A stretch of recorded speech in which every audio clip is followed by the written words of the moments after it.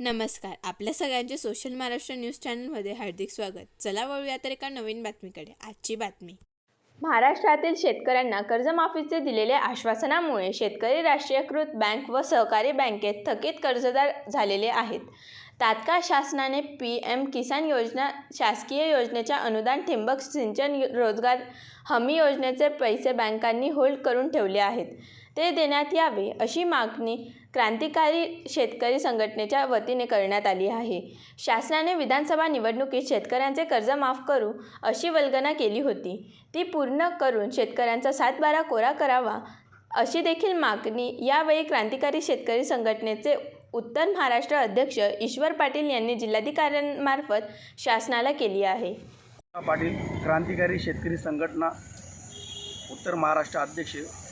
आज आम्ही शेतकऱ्यांसाठी जे निवेदन देत आहोत कलेक्टर साहेबांना, शेतकऱ्यांना शासनाची कर्जमाफीची दिलेलं खोटं आश्वासन होतं, त्या आश्वासनाची पूर्तता केली नाही.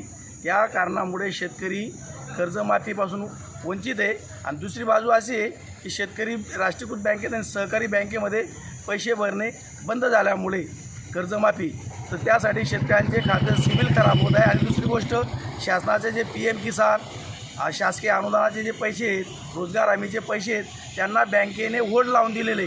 जोपर्यंत होल्ड उठत नाही तोपर्यंत शेतकऱ्यांना ते पैसे मिळत नाही.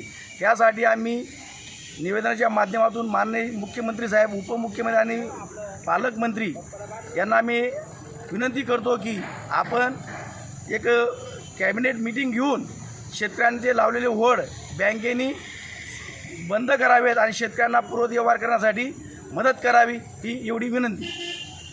बातमी आवडल्यास चॅनलला लाईक व सबस्क्राईब करा व दररोज अशा नवनवीन बातम्या पाहण्यासाठी चॅनलला फॉलो करा. धन्यवाद.